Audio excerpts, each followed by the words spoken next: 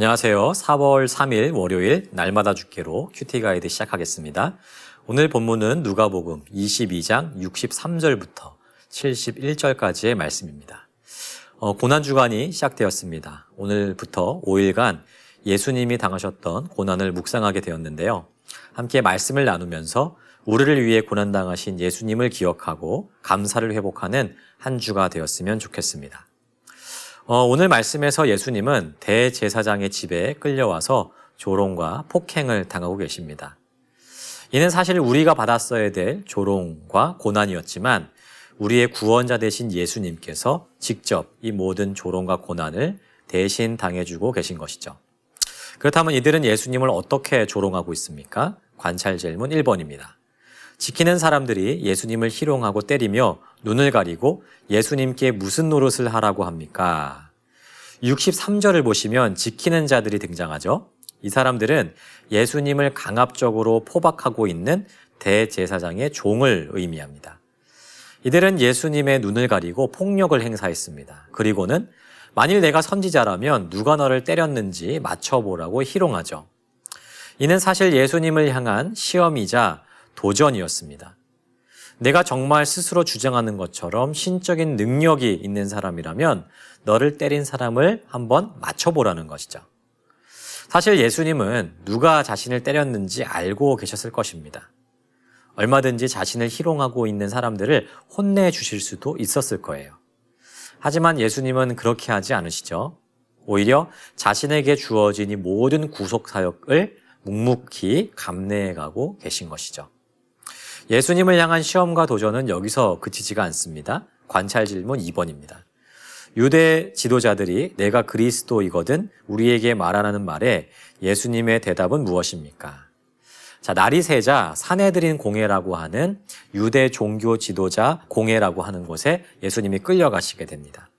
그리고 그곳에서도 신문을 받으시게 되죠. 종교 지도자들은 예수님께 내가 그리스도가 맞냐라고 질문을 하죠.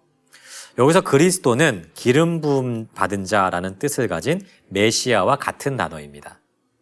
이는 곧 예수님께서 백성을 구원할 자가 맞느냐라고 하는 질문이었죠.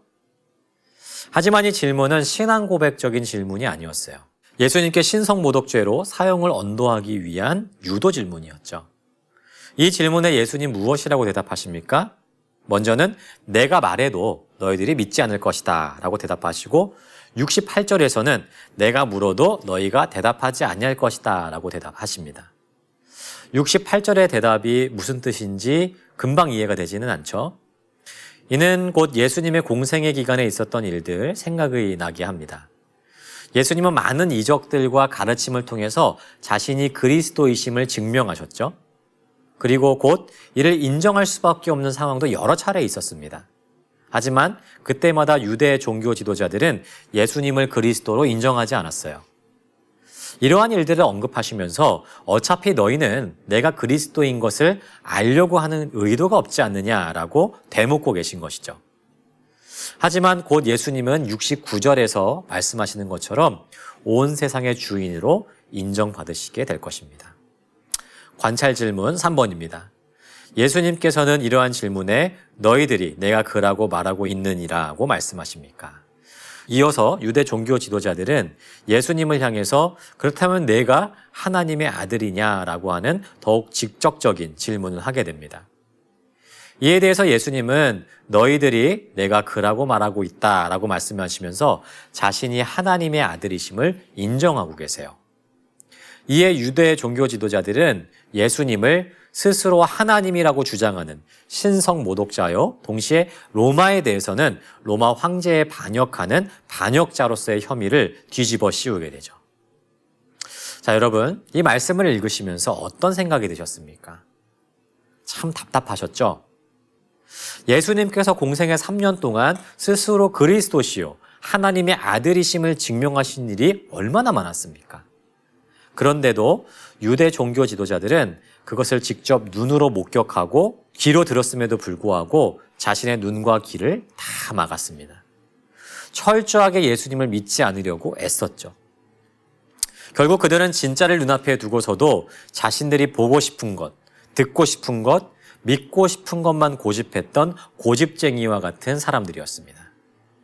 근데 여러분, 과연 종교 지도자들의 이 모습이 과연 그들만의 것이었을까요?